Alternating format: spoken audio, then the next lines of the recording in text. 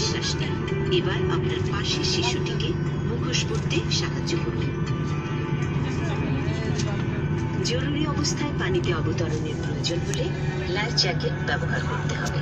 আপনার life জ্যাকেটটি economy ক্লাসে সিটের নিচের এবং এক্সিকিউটিভ ক্লাসে 2 সিটের হাতলের নিচের অংশে রাখা আছে। জ্যাকেটটি এইভাবে মাথার উপর দিয়ে পরে